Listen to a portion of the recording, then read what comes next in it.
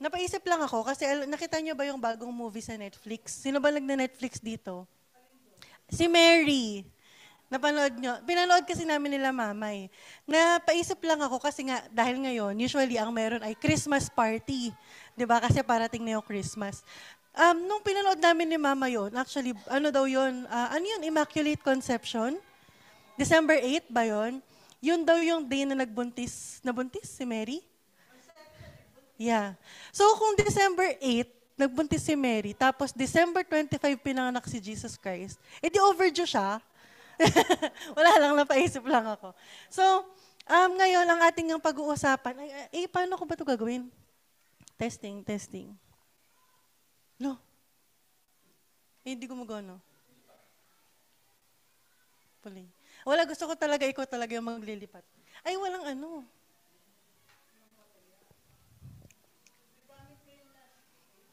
Paano? Okay. So, ang topic nga natin again ay thanking God through service na fresh pa ang ating live to serve and serve to lead na napag-aralan noong family camp. Ano nga ba? Ano naman para sa atin yun?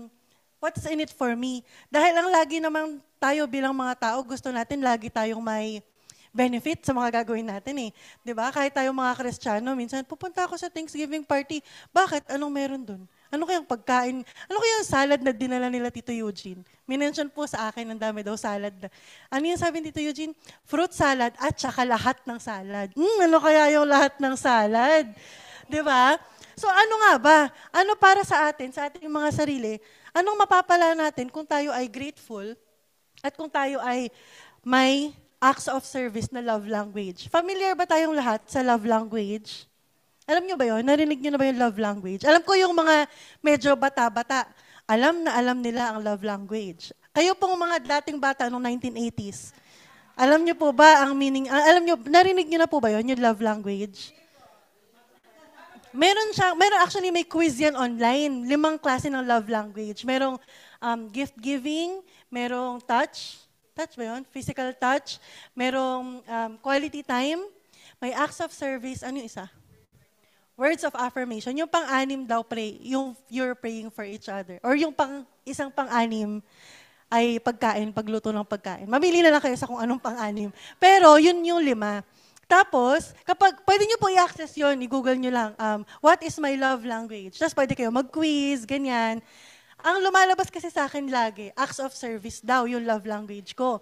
So, dapat, hindi lang ako, dapat lahat tayo, based dun sa inaral natin ng family camp, tayo ay may puso na nagsaserve. So ano nga ba? Una, ang pagiging grateful, dito muna tayo sa, di ba may ano to, parang yung red, ayun, di ba? Dito muna tayo sa being grateful. Ano nga ba nangyayari pag tayo ay grateful? Una, ano ang kabaligtaran ng grateful? Reklamador. Sinong gusto dito na nakakasalamuha sa mga maraming reklamo? Di ba? Konting, ano ba yan, ang init naman ng aircon natin, dala-dalawa ba yan? Bakit parang hindi naman, may electric fan ba't nakasara?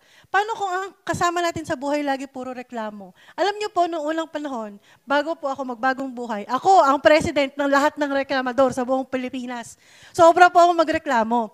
So, nung sinabi sa akin, may ako kung sino nagsabi sa akin noon, kinuha ko kasi mama. Sabi niya, alam mo ba na kapag nagre-reklamo ka, hindi ka naging mapagpasalamat? Hala, para akong binuhusan ng malamig na tubig. Kasi di ba ikaw, kapag ka nagbigay ka ng something sa tao, tapos naging thankful sa'yo, nakaka-touch, di ba parang gusto mo pa siya, bigyan kasi ang grateful niya. So tayo, being grateful, una, meron daw tayong improved mental health. Pwede pang ma-reduce ang ating stress. Meron pa tayong better sleep. Stronger immune systems, enhanced relationships, increased happiness, better heart health, boosted resilience, improved self-esteem, and increased positivity. Sino ang may ayaw niyan? Dahil lang sa isang bagay. Yun ay magiging lang tayong grateful. Mahirap ba maging grateful? Minsan. Oo, pag naunahan ka ng reklamo. At kapag ka naman daw tayo ay may buhay na service-oriented, ito pa, hindi sila nagkakalayo. Based on medical studies, scientific studies, pagka ikaw ay may acts of service, kapag ikaw ay service-oriented, hindi lang sa bangko, hindi lang sa SM na, ano yun? Ano yung ginagawa nila sa grocery store sa SM? Papalakpak sila, tapos ano yun? Happy to serve. O, di ba dapat happy to serve tayo? Pagka daw tayo ay happy to serve, tayo ay may improved emotional well-being, increased sense of fulfillment. Alam niyo yung sense of fulfillment? Di ba, para kang laging nakaka-achieve ng mga bagay. Stronger relationship, again, immune system. Di natin kailangan ng mga vaccine. Di ba? Reduce stress, enhance self-esteem, better sleep and relaxation, increased longevity, social connections, and enhanced brain function. Yan lang pa, 2 bagay pa lang na positive. Yan na yung mangyayari sa buhay natin. So siguro kung kabaligtaran yun yung mga nangyayari sa buhay mo, baka kulang tayo ng gratitude at saka kulang tayo ng service. Lagi natin gustong tayo ang nagre-receive, tayo ang pinagsisilbihan. Ngayon, mayroon po akong 4 na encouragement sa atin ngayong patapos na yung taon at papasok ang New Year. Anong year ba next year? Alam ko ngayon, Year of the Dragon. Pero hindi natin pag-usapan yung wala naman akong interest dun sa mga year na yan. Ang unang encouragement ko sa ating lahat ay let's all be grateful like Hannah. Nasaan si Hannah? Nakita ko kanina nagsasayaw si Hannah. Di ba? Sana always nakikita ko si Hannah dyan nagsasayaw. Si Hannah daw ang may truest form of gratitude. Sa mga example sa Bible na may truest form of gratitude. And that is giving back to God. Alam niyo ba yung story ni Hannah? Hindi ko lang babasahin yung buong 1 Samuel. Pero ang story niyan, si Hannah ay unang asawa ni Elkanah. Then, nagkaroon siya ng pangalawang asawa, si Penina. Si Hannah, probably siya yung unang wife, wala siya talagang anak. Kasi, baog. So, ang tagal-tagal niya, tapos itong si Penina, may mga anak siya. Siguro, lagi niyang naririnig yung panlalait sa kanya ni Penina na, kahit ako yung pangalawang asawa, ako naman may anak. May tagapagmana ako ng kayamanan ni Elkanah. So, syempre si Hannah, kahit na laging siya yung pabor, kasi love na love siya ni Elkanah. Nung panahon daw nila, hindi pwedeng magkaroon ng 2 asawa, ng mahigit sa isang asawa, unless ikaw ay king, or may kakayanan ka. Si Elkanah, simpleng tao lang to eh. So, nung time na yun, siguro talagang naghahanap siya ng anak. Kasi walang anak si Hannah. At alam daw natin na talagang iba ang may anak na. Diba? Oo, iba talaga. Iba naman pag may anak na. Ngayon, si Elkanah, nagkaroon siya ng panibagong asawa dahil nga hindi sila magkaanak. Pero, love na love niya si Hannah. So, tuwing may mga attendant siyang party, mga gantong party, iuwi niya yung ulo ng lechon para kay Hannah, tapos buntot lang doon kay Penina. Kumbaga talagang pabor na pabor niya si Hannah. Itong si Penina, okay lang. At least, kahit ikaw yung favorite niya, ako may anak. May tagapagmana ako. So, si Hannah, syempre mabigat sa loob niya yun. Na, Ama, gusto ko rin magkaroon ng anak. Kahit love na love ako nitong asawa ko, bigyan mo rin ako ng anak. So, naging sobrang diligent niya sa panalangin, sa mga request niya sa Ama. At, alam niyo naman siguro yung kwento, nagkaanak ba si Hannah? Spoiler alert, kung di tayo nagbabasa ng Bible. Nagkaroon siya ng anak at ang pangalan ng kanyang anak ay si Samuel. Ito na nga, sa verse 20, nagbuntis siya at dumating ang araw na siya ay nagsilang ng isang sanggol na lalaki, si Samuel. Ang ipinangalan niya rito, dahil ang sabi niya, ito daw ang meaning ng pangalang Samuel. Ano yan, ma? Ang pangalan daw ang meaning ng pangalan ng Samuel ay hiningi ko siya kay Yahweh. Yun ang magandang yun ang meaning ng name niya. Pagkalipas ng isang taon, si Elkanah at ang kanyang sambahayan ay muling nagpunta sa Shiloh upang ialay kay Yahweh ang taunang handog at upang tupdin ang kanyang panata. So yearly kasi, meron silang parang Thanksgiving pero hindi party. Talagang umaakit sila dun sa bundok at noong unang panahon, dala nila lahat ng mga offering nila papunta dun sa bundok. Nakaakyat na ba kayo ng bundok? Nakapag-hiking na ba kayo? Sino dito nakapag-hiking na? Totoo ma? Kailan ka nag-hiking? Ay, wow. Okay. So, di ba kapag ka nag-hiking ka, ngayon, may mga malalaki... John, nag-hiking ba kayo ni ano? Oh, di ba may mga dala-dalang mga gamit yun pag nag-hiking? Sila, nung panahon nila, kapag mag-akit sila sa bundok para magpasalamat, hindi po backpack ang dala nila. Ang dala nila, mga baka, mabibigat. Tapos, ang part ng custom nila, na kapag nag-alay ka ng sacrifices, kakainin yun. Doon sa, hindi mo lang siya papatayin. Kakainin nyo para kayo magkakaroon talaga ng fiesta kapag ka nag-offer kayo. So, yearly daw ginagawa nila yon. This year, Si Hana ay buntis na at umakyat siya doon sa bundok kasama ni Elkanah. Sinabi ni Ana kay Elkanah, eto nanganak na kasi siya dito eh. At pinangako niya kay ama na kapag ka po ako ay nabuntis, ako ay nagkaanak, iaalay ko siya sa'yo. Yung buhay niya ay para sa'yo dahil galing siya sa'yo. So that year, nanganak na siya, tapos naabutan siya, may baby siya. Pwede ko siya i-relate kasi last year ko sinabi sa inyo na buntis ako, di ba? Noong Thanksgiving natin. Tapos ngayon, this year, na dapat kasama ko pala si Gami, ganun dapat yung ginawa niya. Sinama niya yung anak niya. Kaso, sabi niya, hindi na muna ako sasama sa inyo ngayon. Hintayin ko na ang panahong maaari na siyang mahiwalay sa akin. Paglaki niya, dadalhin ko siya sa bahay ni Yahweh at doon na siya titira. Sa buong buhay niya. Hindi niya muna dinala kasi siguro nag-breastfeed pa siya noong time na yon. Hindi pwedeng mahiwalay ang mga bata, mga sanggol sa mga nanay. So, nung time na yan, pag ginawa niya yung pangako niya sa Diyos, hindi niya kinalimutan. Sino dito ang nakaka-relate na pag tayo ay may request kay God? Ama, bigyan mo lang ako nito, promise. Ito talaga gagawin ko. Ay, si Tita Zelda na. Parang lahat tayo nagawa na natin yun. Ang tanong, ginawa ba natin yung pangako natin sa Diyos?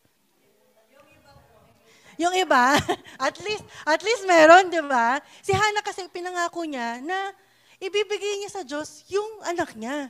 I mean, kung ako iisipin ko, tagal-tagal kong pinanalangin si Gami. Tapos sabihin ko, iaakit ko na lang siya dun sa bundok, mag-hiking ako para makita ko yung anak ko. Pero hindi ko kaya.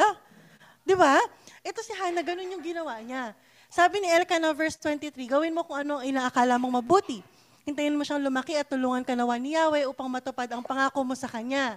Kaya naiwan si Hana, at inalagaan ang kanyang anak. Nung lumaki na si Samuel, ito na, ang time na dadating na ang pangako ni Hana kay Yahweh. Dinala siya ng kanyang ina sa bahay ni Yahweh sa Shiloh. Nagdala pa siya ng isang torong 3 taon, 5 salop na harina at alak na nakalagay sa sisidlang balat. Matapos ihandog ang baka, dinala nila kay Eli ang bata. Sinabi ni Ana, kung natatandaan nyo, ako po, ang babaeng nakita niyo nakatayo rito noon at nananalangin kay Yahweh. Hiniling ko sa kanya na ako'y pagkalooban ng anak at binigyan niya nga ako. Diba? Kaya naman po, ihahandog ko siya kay Yahweh upang maglingkod sa kanya habang buhay. Napakaganda ng offering ni Hana. Diba? Pagkatapos, ano nangyari nung pagkausap nila? Pagkatapos nito, anong ginawa nila? Sinamba nila si Yahweh. Ganon ka-grateful si Hana. Hindi lang siya basta, thank you God, may anak na ako, ang cute-cute. Ang pangalan niya Samuel kasi galing siya sa inyo. Hindi dito natapos.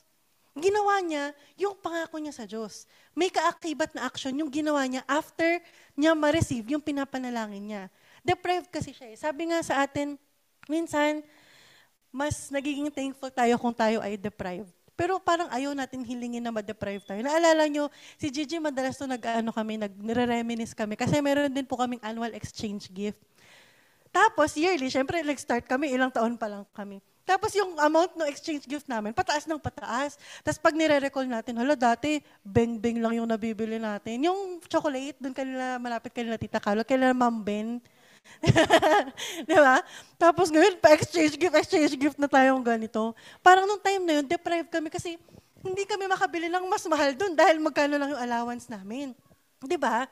So kung tayo naranasan natin ma-deprive, lalo sa gutom, pagka nakatry na tayo ng pagkain na, yung sobrang sarap. Sabi nga ni Mama, dati po, kumakain kami sa Banapol. Alam niyo ba yung Banapol? Yun yung parang hindi siya mura, pero hindi rin siya sobrang mahal. Tapos nung medyo nag-start ako magtrabaho, nililibre ko na dun si Mama. Kasi mahal yung cheesecake dun parang 150 yata yung cheesecake, isang slice lang. Tapos nung medyo nakatikim-tikim na siya ng mas mahal na cake, hindi na daw masarap yung Banapol. Di ba? So parang pag tayo ay nade-deprive, mas nagiging thankful tayo na, wow, sobrang sarap ng viscose galing sa Baguio. Hindi na lang Banapol. Pag tayo ay deprived, mas nare-realize natin na oo nga, no? Sobrang thank you talaga, Ama. Pero wag naman natin sigurong hilingin na, Ama, i-deprive mo na lang ako lagi para lagi na lang ako maging thankful. So, kung i-relate natin itong pagiging thankful natin, kasi ang ginawa ni Hana na to, hindi lang siya basta sacrifice, hindi lang siya offering. Ito yung service niya sa God. Kasi yung buhay mismo ng anak niya, inalay niya para paglingkuran ang Diyos na tumupad sa panalangin niya. So, itong ginawa ni Hannah, ito din yung fullest form of service na pwede niyang ihandog. Sa mga nanay, kahit sa mga tatay. Kaya niyo bang ihandog yung anak niyo? Sabihin niyo, dun ka na sa Davao, mag-mission ka na kasama nila Ate Beng, buong buhay mo. Ako, alam ko, hindi ko kayang gawin kay Gami yun. Tapos na siya mag-breastfeed, pero isipin mo, ayoko siyang ipadala dun, tapos sabihin ko, maghandog na lang siya ng buhay niya para kay Ama. Kaya ba natin yun bilang mga magulang? Ganong klase ng level ng gratitude and service yung ginawa ni Hannah sa kanyang anak. Pangalawang encouragement natin na hihigit sa ginawa ni Hannah, alam ko kung kilala niyo na to. Serve like Jesus Christ. Bidang-bida si Jesus Christ kasi nga, birthday daw niya eh. Daw. He is the perfect example of true humility, true power and greatness, and true service. Si Jesus Christ, alam natin yan kasi paulit-ulit sinasabi sa atin yan. Si Jesus Christ ang perfect example ng service, siya ang perfect example ng love, siya ang perfect example ng leadership, ng humility. Kaso siya talaga wala tayong magagawa. Siya at siya lang talaga dahil sinasabi nga sa atin, mabuhay tayo, ang gawin natin sa buhay natin ay parang ang buhay ni Kristo. So punta tayo sa John chapter 13, verse 1 to 11. Alam kong memorize nyo na to. Itong story na to. Bisperas ng Pasko, joke lang. Bisperas na noon ng Paskwa. Paskwa ba? Pasko din? Alam ni Jesus na dumating na ang takdang oras ng kanyang pag-alis sa daigdig na to upang bumalik sa Ama. Ano ibig sabihin nun? Alam niya na malapit na yung mga sufferings niya, malapit na siyang ipako sa krus. Mahal niya ang kanyang mga tagasunod na nasa daigdig at sila'y minahal niya hanggang wakas. Pagsapit ng hapunan, inalagay na ng dyablo sa isip ni Judas na anak ni Simon Iscariote na ipagkanulo niya si Jesus. Alam ni Jesus na binigay na ng Ama sa kanya ang buong kapangyarihan. At alam niyang siya'y mula sa Diyos at babalik sa Diyos. Kaya't siya'y tumayo mula sa hapag, nag-alis ng panlabas na balabal at nagbigkis ng tuwalya sa baywang. Pagkatapos, naglagay siya ng tubig sa palanggana at anong ginawa niya? Sinimulang hugasan ang mga paa ng mga alagad at punasan ng tuwalyang nakabigkis sa kanyang bewang. Ito pong ginawa ni Jesus Christ na to. Nung time kasi nila, very important sa kanila ang status or honor. Hindi importante yung pera nung time nila ha. Actually, yung pera nga, sinasabi, kinukorap lang ng mga tax collector kasi sila lang halos yung mayayaman nung panahon na yun, bukod sa hari. So, hindi talaga important sa kanila. Nung time na yun, yung mga silver, yung mga gold. Ang important sa time nila is yung honor. And si Jesus Christ, nung time nila, alam niya yung honor niya. At mas mataas pa, sa lahat ng naniniwala na si Jesus Christ ang Messiah, alam na yung honor niya, yung status niya ay mas mataas pa kaysa sa emperor. Kaya siya gustong ipapatay ng emperor. Diba? Dahil nga siya ang may highest status nung panahon na yon. At itong ginawa niya na to, na hinugasan ang paa ng mga kapatiran niya, ng mga disipulo niya pala, hindi niya kapatiran. Ito na yung pinaka-lowliest task na pwedeng gawin ng isang tao nung panahon nila. Ngayon daw, si Ninong Joel, naalala ko, siya ang nagsabi, pwede natin to ihalin tulad sa paglilinis ng CR. Isipin natin, sino ba ang pinakamataas na, may highest status sa Philippines? Ayoko yung president, joke lang. hindi sa politics. Let's say, isa sa mga pinakamayayamang tao. Kasi sa atin, sa panahon natin ngayon, yaman naman ang importante, hindi yung status. 'Di ba? So what if sino na ba ang pinakamayaman sa Pilipinas? Villar? Ayoko rin sa kanya. Joke lang. May favoritism. Hindi. Isipin nyo, isa sa mga richest persons, Ayala. Pumunta sa bahay ni Tita Ime, ni Tita Carol, sabihin, excuse me, pwede ko ba linisan yung CR nyo? Di ba? Ganon yung ginawa nila. Ganon yung ginawa ni Jesus Christ nung time nila.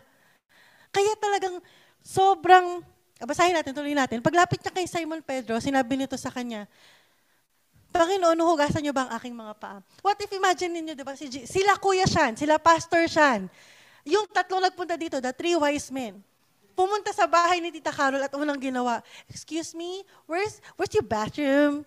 May accent tayo dapat dito. Pwede ba nilang linisin? Siyempre, ang awkward. Di ba? Parang nung time na ginagawa nila to, for sure, wala silang mga Spotify, wala silang mga cellphone. Imagine niyo palibot sila dyan sa hapagkainan. Tapos bigla na lang tumayo si Jesus Christ, sinabit niya yung towel sa bewang niya, tapos nilapitan niya yung isa sa mga disipulo niya. Ang ginawa niya, kinuha niya yung paa. Siyempre, andyan yung mga pagkain sa harap nila, di ba? Parang, ginagawa nito. Ano gagawin natin? Bakit bigla niya kinukuha yung paa ko? Anong gagawin nitong Panginoon natin? So si Simon Pedro, anong sabi niya? Panginoon, nahugasan niyo ba ang aking mga paa? Sumagot si Jesus, hindi mo nauunawaan ngayon ang ginagawa ko, ngunit mauunawaan mo rin to pagkatapos. Kasi nga sobrang awkward eh. Imagine niyo na lang, di ba? Muling nagsalita si Pedro, hindi niyo hugasan ang aking mga paa. Parang imagine mo nga, Tita Carol, ay no, wag mo lang linisan niya, wag mo hugasan yung pinggan na yan. Ako nang bahala dyan. Kahit wag ng CR, di ba? Pag sila Pastor Sean, nung nagkainan tayo sa inyo, wag mo lang, ako nang bahala dyan, wag mo lang hugasan yan, kumuha ka lang kakainin mo. Ngunit sabi ni Jesus, imagine mo, Tita, pag sinabi ni Pastor Sean, ay kung di ko hugasan yun, wala kang kaugnayan sa akin. Di kita kilala. So sinabi ni Jesus Christ kay Pedro, kung hindi kita huhugasan, wala kang kaugnayan sa akin. Dahil dito, anong ginawa nitong si Simon Pedro? Kung gayon, hindi lang pa ako, kundi pati na rin ang aking kamay at ulo. Aba, pinaliguan na niya si Pedro. Di ba? Sumagot si Jesus, ang nakapaligo na, ay hindi na kailangan hugasan. Pa ito si Peter siguro kulit-kulit nito sa personal, di ba? Kasi siya din yung sinabi na, i-deny mo ko 3 times. Tapos sabi niya, hindi ko gagawin sa yan. Kahit kailan, hindi ko gagawin sa yan.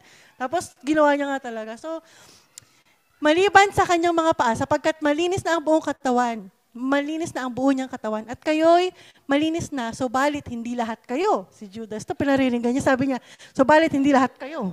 Oh, may chance pa dahil nga kinausap na daw ng devil si Judas, di ba? So, gusto niya siguro pa rin kan, imagine ko, si Judas, si Gigi lang gusto ko maging Judas ngayong time na to. Bigla niya pinaringgan kasi gusto niya siguro may chance pa di ba? Ngunit hindi lahat kayo malinis, di ba? Dahil alam na ni Jesus kung sino ang magkakanulo sa kanya, kaya sinabi niyang malinis na sila, subalit hindi lahat. So, ayun nga, demonstration ng ginawa ni Jesus Christ ay isang perfect demonstration, example ng humility at ng love. Kasi hindi mo basta-basta gagawin yan sa taong hindi mo mahal. Di ba? Ngayon, hindi natin makikita yan sa kahit na sino. Yung klase ng humility na yan, lalo sa mga matataas na tao. Kahit nga hindi matataas na tao, ang bawat isa sa atin, ang taas na ng tingin sa sarili. Kahit di tayo mayaman Kahit hindi tayo may magandang status Di ba? Isipin mo, paano pag kasama tayo na doon sa family camp? Paano kung hindi doon yung venue natin? Paano kung ang venue natin ay sa isang lugar na walang kuryente? Di ba? Paano natin pagsisilbihan ng isa't isa at paano natin i-demonstrate ang humility and love para sa ating mga kapatiran sa Panginoon? At hindi lang po yan, isang example lang yan, dahil mas matindi pa dyan ang ginawa ni Jesus Christ. Dahil ito ay nalalapit na ang darating na mismong gagawin niya. Ano yung ginawa niya? Nagpapako siya sa krus para sa kanila? Hindi. Hanggang sa atin, covered tayo ng perfect humility and love niya. At yung greatness niya. Imagine mo, magpapapatay ka para sa taong hindi mo pa kilala. Di ba? So, lahat tayo, meron tayong binigay si Ama na desire na magkaroon tayo ng significance. Na gusto natin, sabi ko nga sino ba dito ang hindi mataas yung tingin sa sarili niya? Gusto kasi natin nagmamatter tayo. Gusto natin kilala tayo. Parang lahat nga ngayon ng millennial, pag tinanong mo kung anong hindi pala millennial. Yung mga bata talaga, mga Gen Z, gusto nila maging vlogger, maging influencer. Diba? Kasi nga, ngayon, gusto mo, millennial lang kami, tita. Hindi pa namin medyo gusto maging vlogger. Konti pa lang. Pero ang power, ano yun? Ang power at saka ang significance, hindi yan nakukuha lalo kapag tayo ibinigyan ng power. Ano yung sabi ni Spider-Man?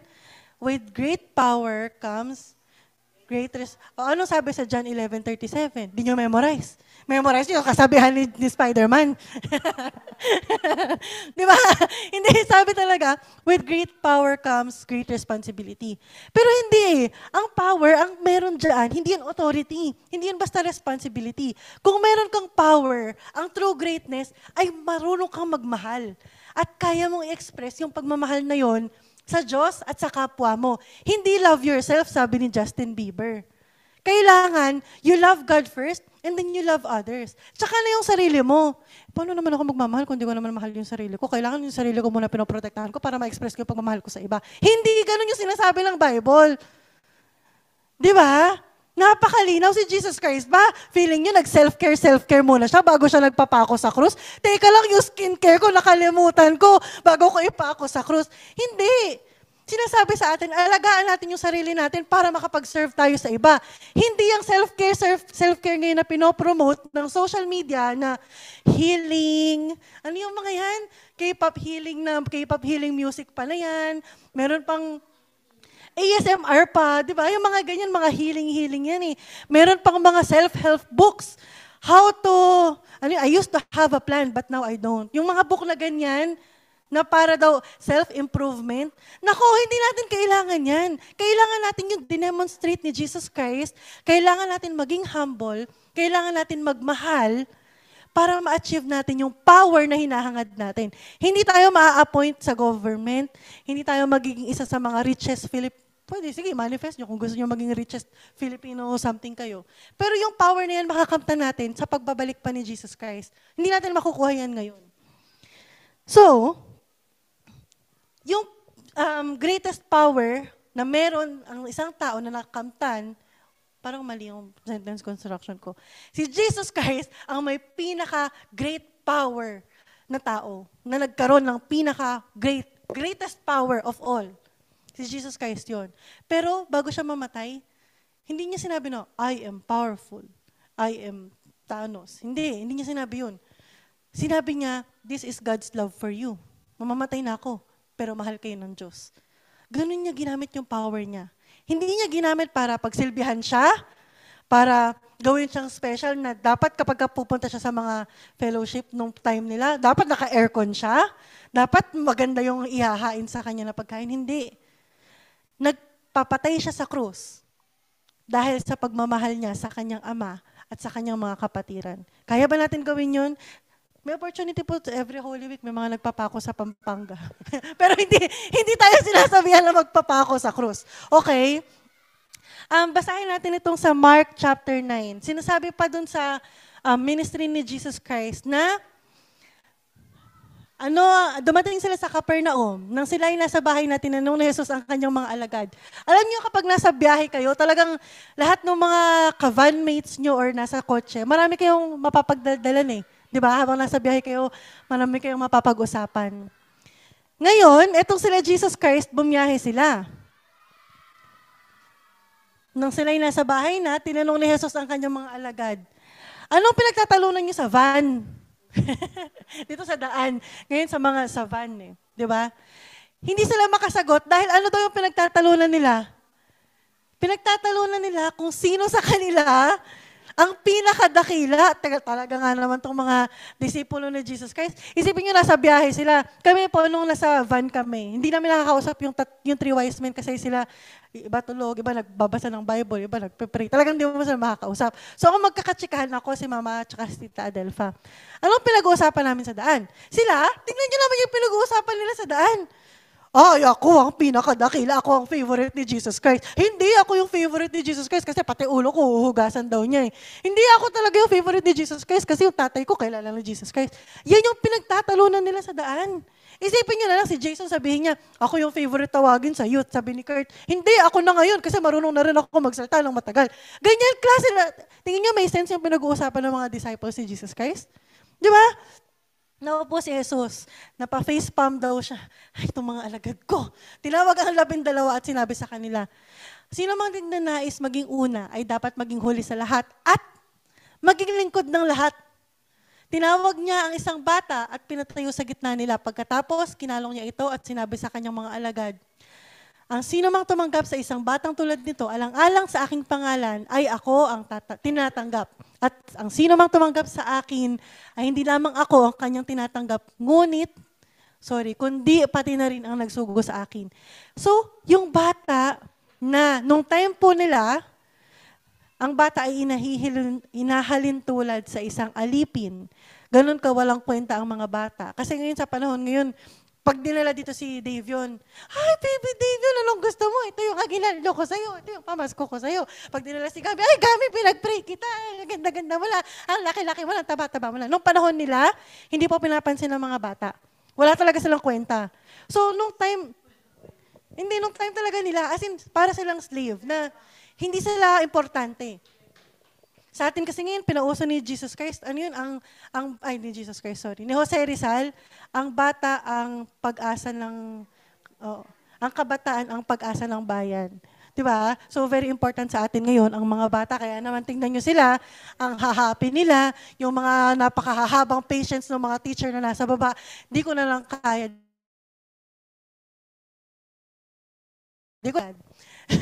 Diba? Importante sa atin ang bata. Pero nung time nga nila, si Zane na ba to? Zane, halika nga dito. Halika dito, papatayuin kita dito. Halika dali.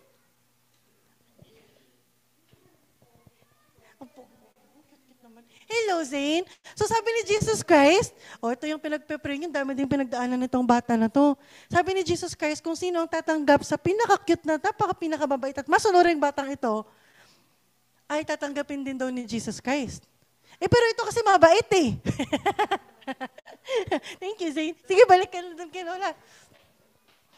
At si Zane yun ay may kwenta. Nung panahon nga po nila, gusto kong i-emphasize. Hindi ko alam kung gaano kalaking emphasis pa ang dapat kong gawin. Pero ang bata noong unang panahon nila, wala talagang kwenta.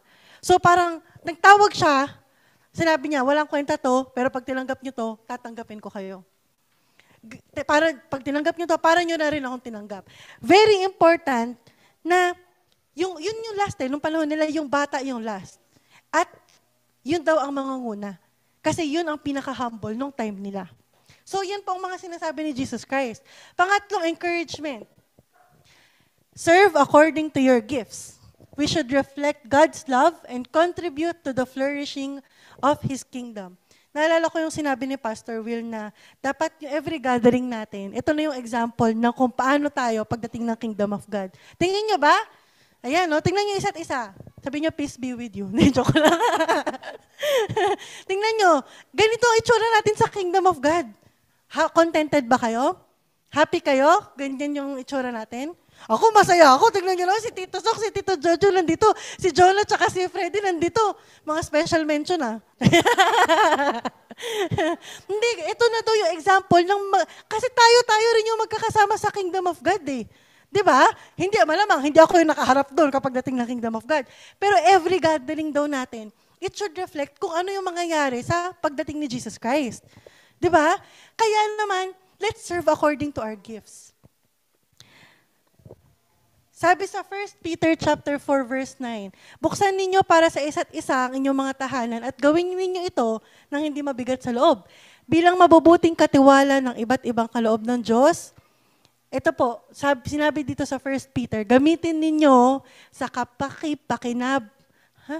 gamitin ninyo sa kapakinabangan ng lahat ang kakayahang tinatanggap ng bawat isa sa inyo. Gamitin daw natin yung gifts na tinanggap natin ng bawat isa sa atin. Ang nangangaral ay dapat salita ng Diyos ang ipangaral. Ang naglilingkod ay dapat maglingkod gamit ang lakas na kaloob ng Diyos upang sa lahat ng bagay, siya ay papurihan sa pamamagitan ni Hesukristo. Sa Kanya ang kapangyarihan at karangalan magpakailanman. Hindi po ako yung nagsabi niyan, ha? Si 1 Peter ang nagsabi niyan. Sinasabi dito na, una, hindi natin kailangan mag-serve sa mga gift na wala naman tayo. Paano ka mamimigay kung wala ka naman? 'Di ba? Lahat tayo ay may iba-ibang gifts. May iba-iba tayong talents. Hindi na natin pupuntahan yan, pero nasa Corinthians po yan. Ang mga may kakayahan ng magturo, ang may kakayahan ng mag-speak in tongues, and mahaba. Hindi tayo lahat pare-parehas, pero iisa lang ang goal nating lahat. Yun ay upang sa lahat ng bagay, siya'y mapapurihan sa pamamagitan ni Hesukristo. We are all created uniquely. Di ba? Meron ba dito, kahit nga ang kambal, magkaiba ng fingerprint eh. So, iba-iba talagang ugali natin. Pero, it doesn't mean na hindi na tayo mag-explore. Di ba? I-explore natin kung, okay, si Jonah marunong, ano nung una mo natutunan? Piano? Tapos bigla ka natutunan ng gitara? Tapos, ukulele pa? Grabe ka naman. Pwede natin palawakin yung mga gifts sa atin. Pwede tayo mag-explore. Pero naalala niyo sinabi ni Kuya Shan, Pastor Shan naman nun, na maraming bagay ang kailangan ng bahay, ng household of Christ, na hindi kailangan ng expertise. Di ba? Ang pagtatapon ng basura, ang paghuhugas ng pinggan, part yan. Kasi sa Kingdom of God, malamang asahan ba natin, baka mami, asahan nyo pa si Jesus Christ, paghugas tayo ng plato sa kingdom niya. Di ba? Kailangan natin i-explore yung mga gifts natin, and then, hanapin natin kung saan nga ba tayo nag-excel. Kung saan tayo magaling. Tapos, gamitin daw natin ito to serve others para sa kapurihan ng Diyos sa pamamagitan ni Jesus Christ. Uy, si Pablo nandito. Ayun o. Oh, dito si Tabing. Oh. Okay. We serve according to our gifts. Ay, nasa na ba ako? At kapag ka po tayo ay nagsiserve faithfully, kapag ka tayo ay naglilingkod ng may malinis na puso, ang nire-reflect natin, ang minimirror natin, or ang nakikita sa atin ng ating kapwa, ay ang kabutihan ng Diyos. Hindi tayo. Hindi, ang bait-bait naman ni Tito Jojo. Hindi yun. Makikita sa atin kapag ka tayo ay naglilingkod, na grabe naman ang simbahan nila. Lahat, may culture of service sila. Pupunta tayo sa next point. That is the next point. Lead a culture of service. Form a cycle that reflects God's design for His people. Ito na po yung last point ko. Kapag ka ang isang tao na in-invite natin sa fellowship, total, lagi naman natin ina-encourage ang isa't isa na each one win one. Di ba? Magsama tayo ng mawiwitnessan natin dito sa fellowship. And then, pag dinatnan nila dito, yung kaguluhan ng mga bata kanina, anong isipin nila? Ganyan ba yung mga bata? Bakit parang wala namang leader? Bakit sumisigaw na si Victor? Hindi niya ba napapasunod yung mga bata? Ang gusto kong sabihin, ayusin natin yung culture natin bilang isang household of Christ, na kapag kami in-invite tayo, or may biglang pumunta dun sa labas, tapos sabihin, ito po ba yung Living Hope Philippines? Pwede po ba akong mag-try mag-sit in sa worship nyo? Paano kung ang gulo-gulo natin? Paano kung hindi tayo lahat ready mag-serve? Paano kung piling-piling tao lang yung ready mag-mahagard? Di ba? Paano? Kailangan kapag ka nagpunta sila dito, ay, ang ganda, siguro ganito nga talaga kapag dating ko sa Kingdom of God. Dapat nire-reflect na natin kung ano yung feeling natin na meron sa Kingdom of God. And that is culture of service. Ito daw ang mga example ng, bago tayo pumunta dyan, ang example ng isang leader. Magbigay nga po kayo ng mga example ng isang leader.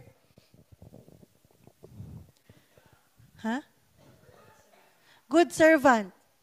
Ano pa? Sino nagbasa dito ng 7 highly effective qualities of a leader ni John Maxwell? Sa mga nasa corporate world. Sabi dito, isa siyang great listener, isa siyang isang trustworthy. Sino nga ba naman ang ayaw ng leader na nakikinig? Di ba? Trustworthy. Is it a good quality of a leader?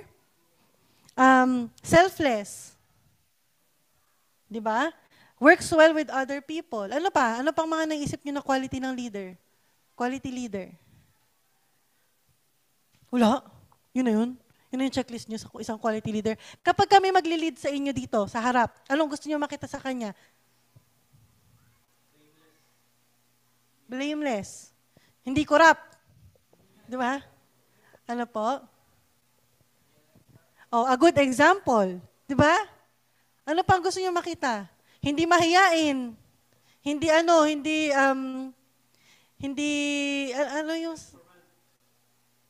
mamaya yun. Nag-review ka eh. Di joke na. O sige na nga. Dito na tayo sa godly leaders. Ang ulang-ulang requirement ng God sa isang leader ay obedient. Obedient, hindi sa tao, kundi sa Diyos. Sa mga inuutos ng Diyos. He should be humble. He should be blameless. He should have self-control. He should be respectable. he should be hospitable, he's able to teach, he's not an alcoholic, he's gentle, not contentious, not a lover of money, and can lead their household. Ito yung mga qualities of a leader na nakalagay sa Timothy and sa Titus at sa mga ibang books of the Bible na hinahanap ng Diyos na quality ng isang mag-lead. So, pag-usapan po natin ang dalawang tao na example niyan. Una, sa 1 Samuel 13, si Saul. Ang nangyari po dito, bago tayo pumunta dyan, may specific instruction ang God kay Saul na kasi nung time po nila, ang Israel, parang naging nasakop sila ng Philistines. Ngayon, dahil may sarili naman talaga silang bansa, tapos may mga battle silang napanalunan na, ang gusto mangyari ngayon ng God ay, dahil ang bayan niya ay Israel, hindi yung Philistine. Kakalabanin nila ang Philistine dahil tiyak na mananalo sila, dahil sinabi ng Diyos na mananalo kayo, dahil kayo ang bayan ko, kayo ang sinasamahan ko, hindi sila. So, kumbaga gusto nila maging independent from the Philistine nation. So, bago mangyari ang kanilang war with the Philistines, ang instruction ng God kay Saul through Samuel, mag-wait ka dito sa cave for 7 days, tapos tsaka tayo mag-start ng mga offering and sacrifices. Noong time po kasi nila, ganun ang instruction ng God pag sumasabak sa labanan ang bayan niya. Gusto, dapat, uunahin ang magpapasalamat sa God, mag-offering sa God at magsasacrifice. Ngayon, nung time na, dahil nga po nakatago lang sila, tapos nabalitaan ng Israel na parami yung soldiers ng Philistines, natakot na yung iba. Napanood nyo ba yung Goyo? Or yung General Luna? Yung mga nagde-desert ng kanilang mga post, na talagang mga duwag. Ano yung sabi sa kanila? Ano yung term doon? Parang hindi kayo tuli. Kasi parang duwag sila talaga. Na bakit nandito pa kayo? Mga duwag pala kayo eh. Ganun yung nangyari sa Israelites. Nung time na yon, hindi ko lang sure exact number, pero parang 12,000 yung mga army ng Philistines, and then ang Israelites parang nasa 3,000. So, syempre, nabalitaan nila, nagbabagang balita, okay, dumadami po ang 12,000, nagiging 15,000 na po sila. Tayo po umuunti dahil may mga natatakot, umaalis. So, itong si Saul, hala, ano ba naman tong si Samuel? Kilala niyo si Samuel, siya yung pinag-usapan natin kanina, yung anak ni Hannah. Ano ba naman tong mga Israelites na to? Bakit? Ay, hindi pala. Sinasabi ng mga tao kay Saul na, huy, dumadami sila, saan tayo kukuha ng tao? Mamamatay tayo, 3,000 lang tayo. Sila, more than 12,000 na. Ano nang plano mo, king? So, itong si Saul, kaya nga eh, ano ba naman, nasa labas si Samuel, sabi niya 7 days, sabi niya December 17, December 15 pa lang.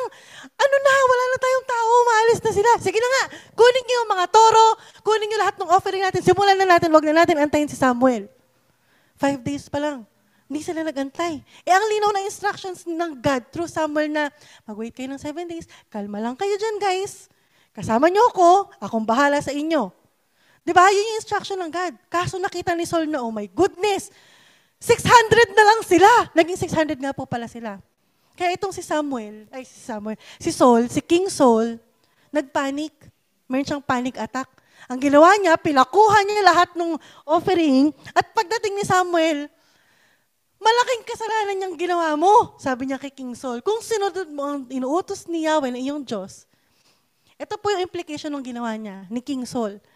Kung sinunod mo ang inuutos sa iyo ni Yahweh na iyong Diyos, ang sambahayan mo sana ang maghahari sa buong Israel habang panahon.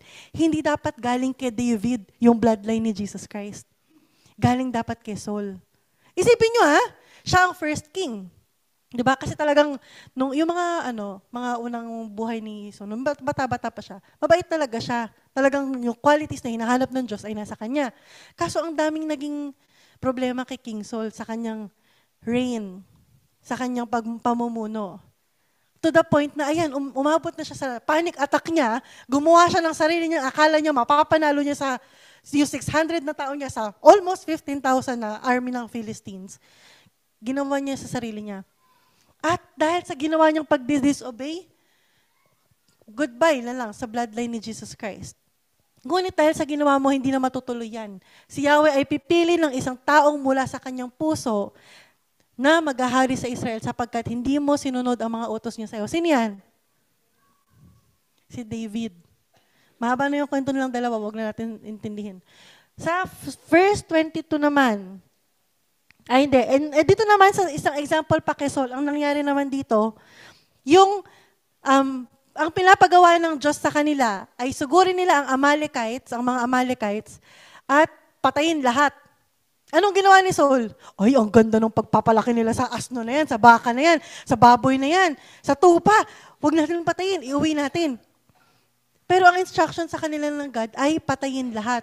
Ngayon, sinita siya. Pagkasita sa kanya, anong sabi niya? Para sa'yo naman yan, Ama eh. Para sa'yo naman yan, God. Kasi yan yung, mas maganda pa yung baka na yan kaysa doon sa inalagaan itong mga tauhan ko. Iaalay ko naman sa'yo yan bilang offering. Kaya ako nga sinave kasi sobrang ganda ng katawan niya. Sobrang taba pa ng mga baboy na to. Tingnan mo yung sa amin, liliit. Ginawa daw niya, sinave niya yung mga, nakakatawa talaga to si King Saul, no? Sinave niya yung mga hayop na yan para ialay daw bilang sacrifice sa Diyos. Verse 22, akala mo ba higit na magugustuhan ni Yahweh ang handog at hain kaysa ang pagsunod sa Kanya? This is the context about obedience is better than sacrifice. Mas mabuti ang pagsunod kay Yahweh kaysa paghahandog, at ang pakikinig ay higit sa haing taba ng tupa. Di ba? Alam nyo, i-relate natin to sa sarili nyo. May mga ginagawa tayo na, God, ito gagawin ko naman to para sa iyo eh. Di ba? Ilang beses natin ginawa sa buhay natin na minsan gina-justify natin yung mga kapasawayan natin, tapos sasabihin natin na para to sa Diyos. To God be the glory. Thank God. Pero anong ginawa mo? Di ba? Para din tayong si King Saul. Actually, mas marami pa tayong kapasawayan kay King Saul. Naka-record lang talaga yung kanya. Salamat talaga sa Diyos, tapos na ang Biblia. Wala na tayong mga book. Si John na lang yung meron, pero hindi siya yung bida doon. Nakakahiya talaga, isipin nyo kung hindi pa tapos ang Bible, panigurado ako, kasama talaga ako doon sa mga nakalista doon na may mga kwento din doon na, ito yung isang batang to, pasaway. Buti na lang. Salamat sa Diyos, tinapos niya na yan. Ang pagsuway sa kanya ay kasinsama ng pangkukulam, at ang katigasan ng ulo ay tulad ng pagsamba sa Diyos-Diyosan. Sino dito ang hindi matigas ang ulo? Si Zane yata, parang hindi matigas yung ulo. Tingnan nyo naman, parang ang cute-cute naman yung bata na yun, hindi matigas yung ulo niyan eh. Sapagkat itinakwil mo ang salita ni Yahweh, ito na po yung nangyari sa kanya. Kanina natanggalan lang siya ng bloodline di ba? Ngayon, ang nangyari sa kanya, itinakwil ka na rin niya bilang hari. At sinabi naman ni Saul kay Samuel, sorry po, tao lang. Nagkasala ako, sinuway ko nga ang utos ni Yahweh at ang bilin mo sa akin. Nagawa ko ito sapagkat natakot ako sa aking mga tauhan, kaya't pinagbigyan ko sila sa kanilang kagustuhan. Tayo po madalas, meron din tayong mga peer pressure sa buhay natin. Di ba? Na hindi natin nagagawa ang mga bagay na para sa Diyos dahil nape-pressure tayo sa mga friends natin, sa family natin, sa mga kaganapan sa buhay natin. Doon tayo natatakot. Hala, pag hindi ko gagawin yung inuutos sa akin ng boss ko, hindi na lang muna ako a-attend sa youth kasi unahin ko muna yung project ko. Unahin ko muna yung work ko. Huwag muna. Tsaka na lang po, Ama. Alam ko naman, naiintindihan mo ko eh. Love mo ako eh. Ikaw nga yung pinaka-understanding na gan. Binuwala mo pa yung Diyos. Di ba? Ang dami natin mga request sa Diyos na nakakatawa. At gina-justify pa natin madalas. Basahin natin ang counterpart ni King Saul. Kilala niyo sino ang nandun sa basket? Si Moses. Nung tinawag siya ng God, ano yung sagot ni Moses? Nakita niya na nagliliyab yung halaman sa harap niya, tapos nakausap, pero hindi daw nasusunog mga dahon. Nung tinawag siya ng God, ano yung sagot ni Moses? Ha? Ako po? Ako si Moses? Sino po ba ako? Bakit niyo ako tatawagin para ilid yung bayan niyo? Si Moses lang po ako eh. Ganun yung sinagot ni Moses. Who am I? Para gawin mong leader at gawin mong ako yung tao na magliligtas sa bayan mo. Inanod nga lang po ako nung nanay ko sa basket nung baby ako ba't po ako? Pero hindi niya sinasabi yun bilang ayaw. Sinasabi yun bilang pagiging humble before God.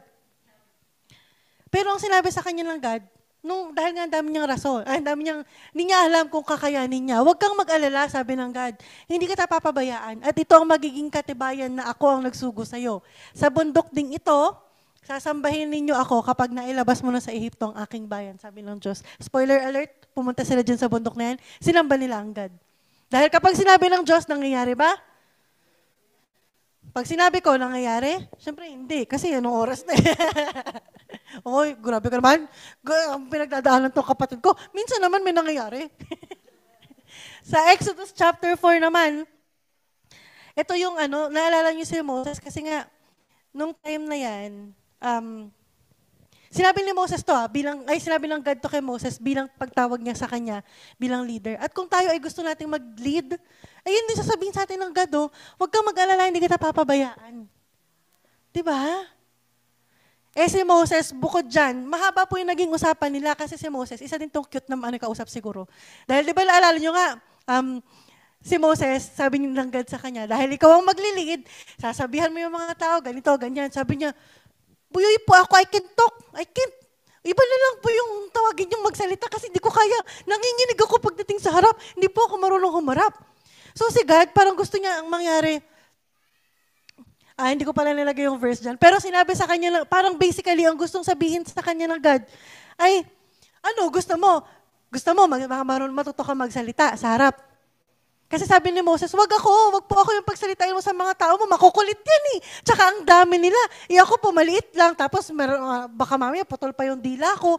Ayoko talaga magsalita. God, please, wag ako. Sabi ni Moses, sabi ng God, gusto mo? Bibigyan kita. I-enable kita magsalita. Bibigyan kita ng ability na mag-talk. Wag na! Si J.A. na lang. Wag na ako. Mas magaling ka magsalita sa akin. Literal, ganun po yung nangyari. Tinuro niya talaga yung kapatid niya. Na iba na lang po. Wag na lang ako. Nireject niya yung gift na gustong ibigay sa kanya ng God. Paano ko si Tita Mercy sabihan ng God na, Mercy, gusto mo ikaw na magturo next Sunday? Papagkalooban ka ng God. Si Tito Jojo, gusto mo ikaw nang in charge sa Sunday service next year. Pagkakalooban ka ng God. Ganon din yung nangyari kay Moses. Kasi si Moses, ayoko po, please, wag na po ako. Sige, ako na mangunguna sa kanila palabas ng Egypt, pero wag lang kayo magsalita. Iba na lang po yung spokesperson ko. At doon na imbento ang spokesperson. Si Aaron, ang naging spokesperson ni Moses. Pero nung habang nag-uusap sila ng ganon, tignan nyo ang sagot sa kanya ng God. Nagalit si Yahweh kay Moses. Kasi ang tigas ng ulo mo, pagkakalooban ka nga ng gift, ikaw yung may ayaw eh. Hindi ba kapatid mo ang Levitang si Aaron? Alam ko mahusay siyang magsalita. Sayang ka. Gagawin sana kitang mas mahusay kaysa sa kanya. Darating siya at makikipagkita sa iyo, matutuwa siya sa pagkikita nyo. Si Aaron po yung naging tagapagsalita.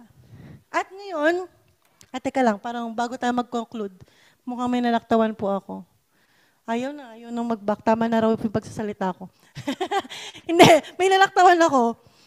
Pero kaya si Moses pa rin ang pinili ng God na mag-lead sa Israel. Kahit ayaw niya magsalita sa harap. Kasi hindi lang naman po yun ang requirements bilang leader. Actually, wala nga yun sa listahan ng godly qualities of a leader, yung marunong ka magsalita sa harap ng maraming tao. Wala yun. Ang number one na kailangan ng Diyos ay ang obedience. Kaya natin magsalita, nakaka-one-on-one nga natin. Kaya natin makipag-usap sa tao, di ba? Importante na yun. Okay na yun sa Diyos. Ngayon, ang pinakagusto niya, at kaya si Moses ang pinili niya, kasi lagi siyang sumusunod. Nung pinabato sa kanya yung tungkod niya, anong ginawa niya? Yoko nga. Hindi binato niya yung tungkod niya. Di ba? Nung sinabi sa kanya ng God, lahat ng instructions about sa 10 plagues, ginawa ba niya? Ginawa niya. Nung sinabi ng God na, sige, dumaan lang kayo dyan sa dagat. Akong bahala sa'yo. Anong ginawa niya? Dumiretso siya? Dumiretso siya. At kung ipupunta ko kayo dun sa position ni Moses nung time na yun, tingin nyo ba yung mga Israelites, hindi nagsabi sa kanya na, bugok ka pa, Moses? Anong gagawin natin dyan sa dagat na yan? Paano tayo tatawid dyan? Pinagluloko mo ba kami? Tingin nyo ba hindi rin siya na-pressure sa mga tao? Na-pressure siya. Diba? Katulad ni Saul, marami din siyang pressure na pinagdaanan. At yung time na, lalo-lalo na yung sa last na 10 plagues, yung mamamatay yung lahat ng panganay. Diba? Tingin nyo, anong sinabi sa kanya ng mga Israelites? Paano kami magpapaniwala sa'yo? Hindi ka nga marunong magsalita ng tuwid.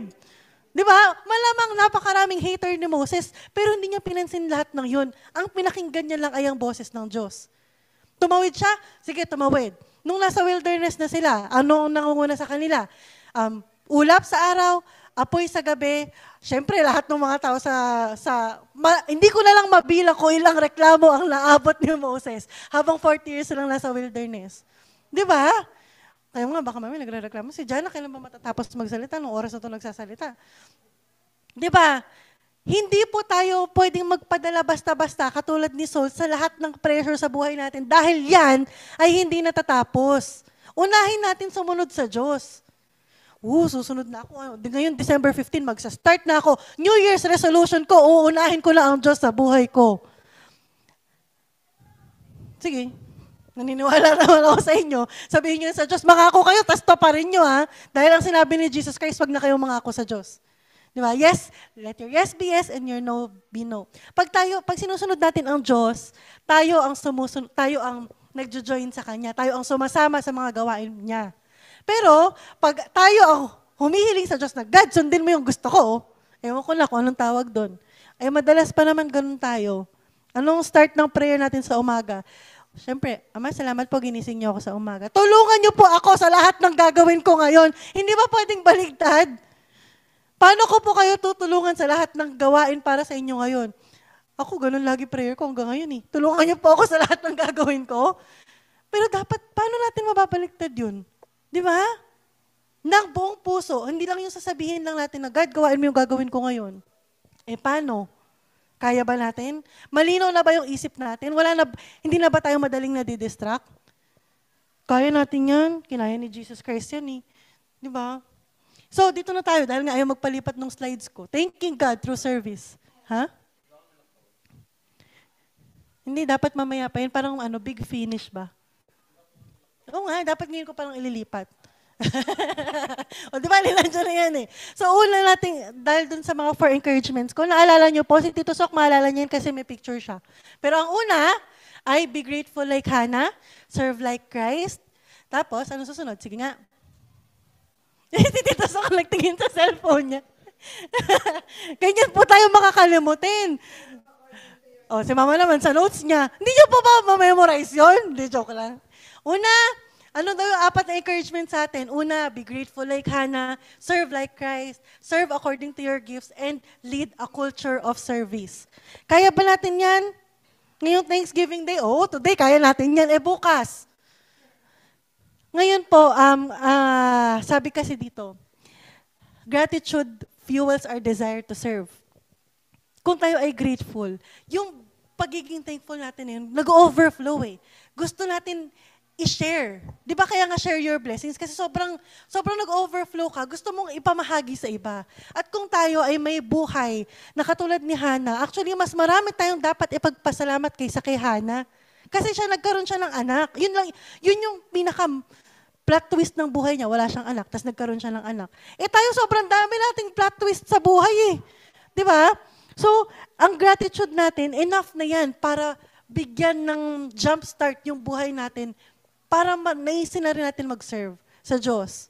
Second, service becomes a reflection of our thankfulness. O diba, parang paikot-ikot lang siya. Kapag nag-serve ka sa Diyos, by serving others, kasi the best way to serve God is what? To serve His people. Diba? The best way to love God is what? To love others. Diba? So, kung tayo ay may lifestyle na service, lifestyle of service, culture of service, it reflects our thankfulness. Kung gaano tayo ka-thankful sa buhay natin. And through service, ano daw mangyayari? We lead each other to glorify God. Sinong may ayaw niyan? Diba? So kung tayo ay unang-unang magiging grateful tayo, matututo tayo mag-serve. Pag nag-serve tayo, mas lalawak ang pamilya ng Diyos. Hindi po kailangan ng isang leader. Paano ko ba i-explain yun? Leader. Dahil ang pagiging leader, kailangan maging servant ka muna. Ang pagiging leader, tsaka na yan, pagdating na ng Kingdom of God. Hindi na tayo magkakaroon ng posisyon dito sa mundo, lalong-lalo na sa Pilipinas. mag-serve tayo para, ang lead, hindi para sa sarili mo eh. You lead others back to God. Hindi yun yung tinuturo ni John Maxwell. You lead for yourself. At tapos magkuha ka ng followers. Hindi yun ang sinasabi. Ang leader natin isa lang, si Jesus Christ. Tapos tignan nyo pa yung ginawa ng leader natin, naglinis siya ng paa. Di ba? So, to end po, basahin natin to sa English naman. Total, lahat naman tayo nakakaintindi ng English. Kasi naintindihan nyo ba lahat ng tinuro nila Pastor Sean at Pastor Will? O, see? Nag-i-English talaga tayo. Matthew chapter 23, verse 10 to 12. Do not be called leaders, for one is your leader, that is Christ. But the greatest among you shall be your servant. Whoever exalts himself shall be humbled, and whoever humbles himself shall be exalted. Aming Amang Yahweh, muli po maraming salamat sa mga salitang aming narinig. Tulungan niyo kami, Ama, na lagi kami magkaroon ng pusong mapagpasalamat, na lagi naming bilangin ang lahat ng kabutihan mo sa aming buhay dahil ikaw po ay ang aming Diyos ng pag-ibig. Sa inyo po nanggaling ang lahat ng mabubuting bagay. Ang iyong loving kindness sa sangkatauhan ay talagang hindi po namin ma-express sa salita. Ang iyong mercy, ang iyong kabutihan, ang iyong goodness sa amin, Ama, talaga pong hindi natatapos. Kaya maraming salamat, Ama. Hindi po sasapat ang aming mga salita upang pasalamatan ka. Kaya tulungan niyo kami, Ama, na mag-act din po kami, kumilos din kami, at i-express namin ang pagpapasalamat namin sa inyo, hindi lang sa salita, kundi sa gawa. Tulungan niyo na maging katulad kami ni Hannah, tulungan niyo na maging katulad kami ni Jesus Christ at ni Moses. Tulungan niyo kami parati, Ama, at ang kalooban mo ang mangyari sa mga buhay namin. At muli, tinataas ko po sa inyo ang mga gawain pa namin ngayong araw na to. Pangunahan niyo po kami at samahan upang ang nais mo ang mangyari, Ama. In Christ's name, Amen.